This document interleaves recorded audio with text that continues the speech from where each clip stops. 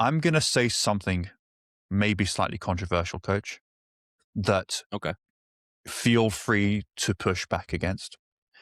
Mm. I've been thinking this for about a week and a half. And what was funny was a few days ago, I actually saw Jordan Sayat post the exact same thing. Mm. I was like, okay, it's not just me. That's good. I think protein has become overrated. What do you think? I think that there's such a high emphasis on protein and people don't recognize the thermic effect of it to the point that you're pushing so much protein and not focusing on the other macronutrients to the point where you're wondering why you have no energy. And it's because you have no carbohydrates in your system. And that's partially why you're feeling so depleted energy wise as Yeah, well. So I would agree with you. totally. Yeah. It's almost as if high protein has become the new low carb. Not quite, because anybody such as this person who is asking about how much protein they actually need, they're almost certainly not eating enough protein. Mm. So, sure, for some people, protein is very underrated. I think in the fitness industry as a whole, with the messaging on social media, and even in shit like Starbucks putting protein in their coffee now, when that happens, yeah, okay, the protein has now become very much overrated. And I think, and for a non vegan, this is going to sound kind of weird, I think plant based food is very underrated when it comes to weight loss and health, hunger control. And the reason this has come to mind is because the last, I want to say 10 days, I think, I have really got into overnight oats for the first time ever. Okay. And it's a very, very high volume, but fairly, low to moderate calories, lower protein than I've been having. I'm still in my protein range that I want to aim for. And we'll go into the protein range in a second.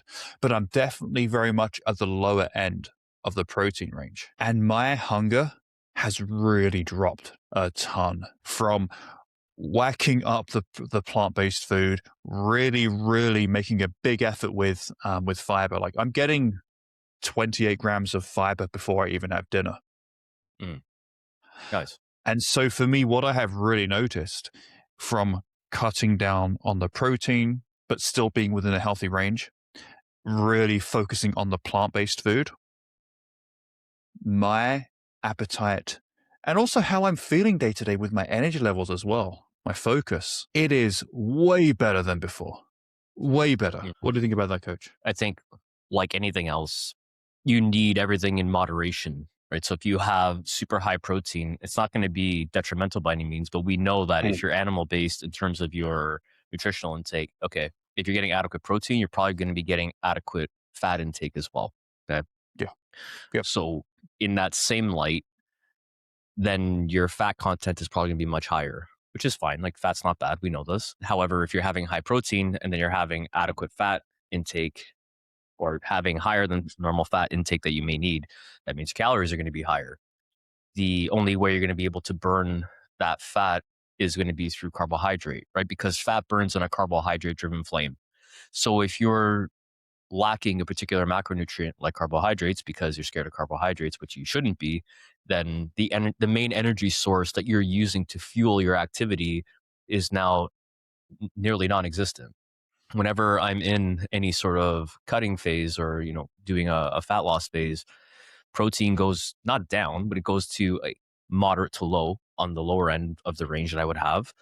Carbohydrates go up, and that's how I navigate being in a fat loss phase. Earlier this year, I did one that was lower on the carb end, and I tried that out, and it worked pretty well for me. However, I did notice there were times where energy was quite low, but I also Yeah.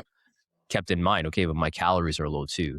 In the past, when I've done it with higher carbohydrates, I found that energy was a lot better, sleep was better, keeping in mind as well, you know, carbohydrates are going to facilitate an insulin increase in terms of your system and the hormones that get produced from it. Insulin is naturally going to facilitate more testosterone production, which is going to increase the amount of muscle you can build as well. So at the end Which of is the day, true for you both actually, genders, by the way. This is not just like a male exclusive thing. Testosterone isn't like the male hormone. Women also have and need testosterone. Just to clear that up before anybody asks questions. thank you. I appreciate you Yeah. saying that. And keeping in mind as well, like all of this stuff, you say this best. I think this is something I've definitely stolen from you. Nutrition is a math equation, right? So you have to adjust accordingly. You can't put something so high in one direction and not expect any sort of result that isn't going to be facilitated by that imbalance in the equation. Could you live exclusively on protein? Yeah, probably. Could you live exclusively on carbohydrates? Yeah, definitely. You can live on all these things. It all comes down to the total caloric number. And there's Yeah. research to support that you can still build muscle on carbohydrate only. Yeah, it's going to be more challenging, but you're still going to have protein in carbohydrates as well. That's why there's diets that vegan diets and vegan athletes that are successful and still are able to build muscle as well. I know it's a long-winded answer, but I hope that answers that for you. Yeah. You mean there's protein in carb-centric foods? Like, even if Yeah, you of go and buy, course. like, a bagel, there is protein in a bagel. There is protein in oats, Of okay? course. It's not exclusively, "Oh, there's only carbs in bread. There's only carbs in oats." Of course, there are other macronutrients as well. It's just that's the main macro. Yeah. Um, And so yeah, even in the plant-based stuff, like we know that there's protein in plant sources. However, it's a little bit more challenging to get to that protein because the majority of that protein does live in the fiber that we're unable to break down. We've yeah, mentioned this before in the podcast. Usually it's about if you see a plant-based protein source, it's usually about half the value of like an animal-based protein source. So if you have 10 grams yeah. of animal versus 10 grams of plant-based, their plant-based is going to equate to about 5 grams of Mm. protein I've generally. seen studies that dispute that claim recently.